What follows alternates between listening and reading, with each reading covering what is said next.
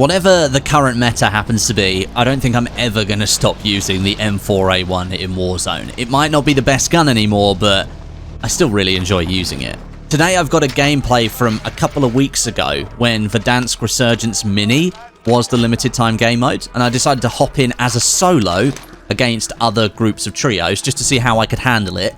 And this round is the result. I'm running the M4 alongside the Swiss Sniper as a secondary. This isn't a live commentary or anything, I'm just talking over the top of the gameplay, but I wanted to share it because I just love the M4. I've got a real soft spot for it. But just before we continue, a message from our sponsor, Z-League, the world's first skill-based Warzone tournament platform. If you've dabbled in events before or you're brand new to competitive Warzone, Z-League is the platform you should be on. It allows similar skill players to compete in free and paid tournaments using a custom ranking algorithm. And they also developed an anti-cheat system to catch and ban cheaters, which is pretty nice. And now more than ever is the time to sign up for Z-League because they've just launched their biggest free tournament ever, called The Showdown. It's a 2-week-long trios tournament, runs from July 19th through to the 31st, and you can play your games in that section whenever you like. Each team that signs up, they get matched into skill-based divisions, with an individual division having a chance to compete for a piece of the $50,000 prize pool. All you gotta do is register your team, play matches between the 19th and the 31st, and your top 3 game performances will count towards your final score. So whether you play just 3 matches, or you play 30 or 300 during that time, each of the matches is eligible to count towards your score if it comes inside your top 3. Registration is open now, closes on July 16th, so get signed up by clicking the link in the description. And as always, their daily solos, duos, trios, and quads tournaments are still ongoing. So sign up today using the link below. Alright then, back to the gameplay with the M4. Obviously starting off a round as a solo in trios. I'm not going to get the one-up when it comes to collecting cash. So I've popped over a recon contract here. I'm not actually sure if I get this, but what I do get is this guy on the roof. So when you play solos in any other game mode other than, against other solos, you're always at a disadvantage. And I pretty much know I'm not going to be able to do all of the stuff I would normally do because I've got no one backing me up. But obviously high ground, always an advantage to have in Warzone. And I've managed to pick up a satchel, which is a good thing to have. I didn't mean to throw myself off the roof there. That's just me being an idiot. But this is kind of like my mainstay for the entire round. This area here with the buy station, where the areas of land around it are a little bit more open over towards stadium where I can see what's going on. And it just gives me a good overall idea of where people might be. Now, one of the best things about Resurgence Mini, or even just normal Resurgence on Verdansk or Rebirth, is that your loadout tends to come in quite quickly. And that means you don't have to go ferreting around for the 10k in order to get your loadout straight away. You can kind of just wait for that first one to come in.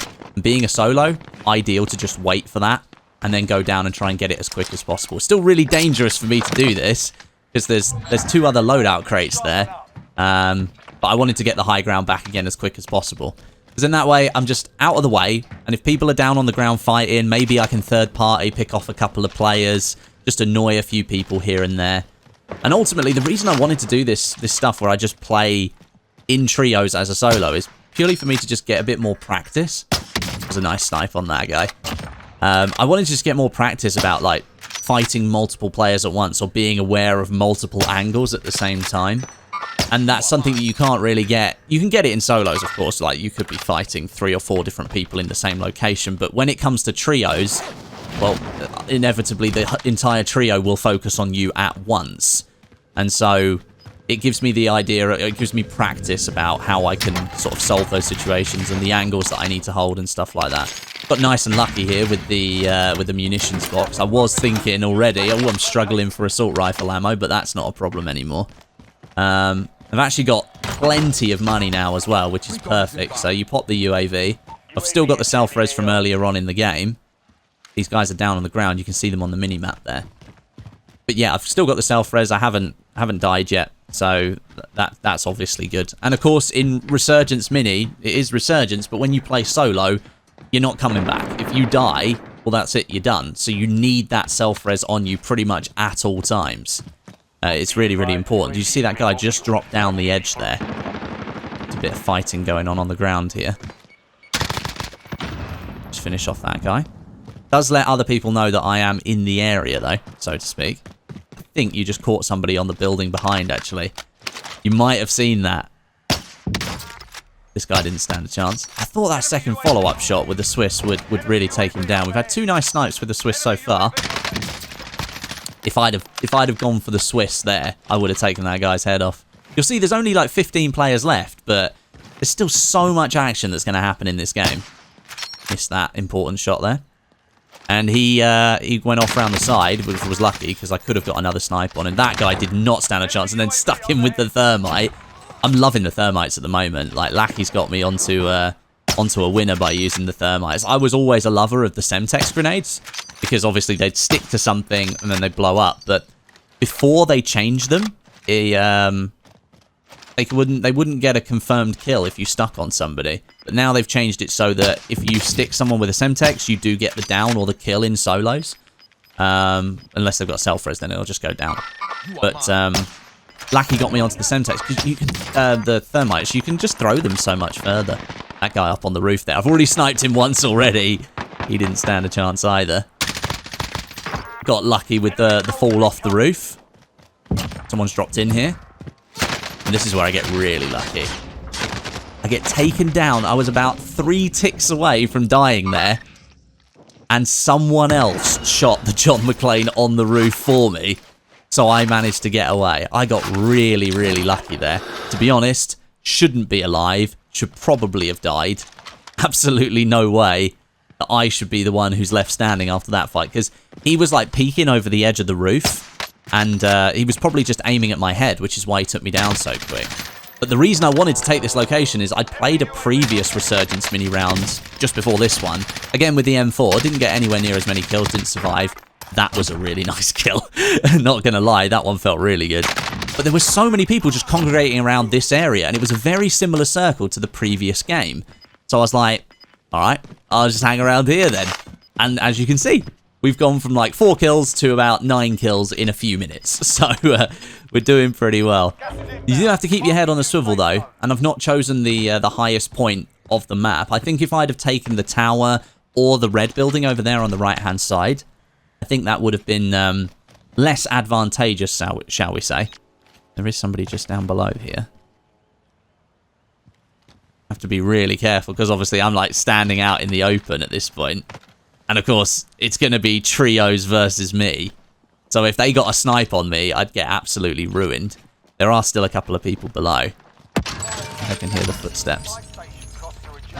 Fire sale is definitely going to attract some people. Not sure. A couple of people have attempted that ladder. And I'm not sure why they would have attempted it. They must have known that I was up here. I don't have Ghost. So if they had a heartbeat sensor... I mean, I'm not trying to hide the fact that... Well, I'm moving around. The footsteps are pretty loud. See, now that guy there, just before I locked onto him, he looked round, and it meant that he got the glint in his face straight away, and he's moving to the point where I can't quite land the shot. Maybe I'm just bad with the Swiss in this game. But, no, he's playing the sniper role perfectly there, because he's just waiting for me to stand still, and then he'll get the snipe on me. Get the kill on that guy. Lovely. The Swiss is just such a good feeling sniper, man. I've now been spotted by some kind of drone up in the air. Can't remember if we actually get to take out the drone. I thought the fire sale would attract more people to me, but this trio that are over by Stadium are starting to cause me a bit of a problem, which is a little bit unfortunate, because they've got huge oversight on my roof, and it's a similar sort of height, so if I'm running around here, they'll be able to see me pretty clearly. I am landing some nice snipes on these guys. They're not perfect snipes, and I have to keep ducking and diving, because I think 2 of the 3 have got sniper rifles, so I have to just peek over the top here. Try to get the jump snipe on the babbler there. See that they're now all looking at me with their sniper rifles, which is not ideal. But the Swiss and the M4A1, they go together really well. The Swiss has got actually really nice movement speed for a sniper rifle. And the M4, being a Modern Warfare weapon, and the setup that I've got, which is the monolithic suppressor, the heavy, the Grenadier barrel, the Commando foregrip 60 round mag, and one of the optics on there. That was a nice snipe. It basically just means that the movement speed is really, really bad. Gets a nice kill there. Finish this guy off. But unfortunately, I get finished off at that point.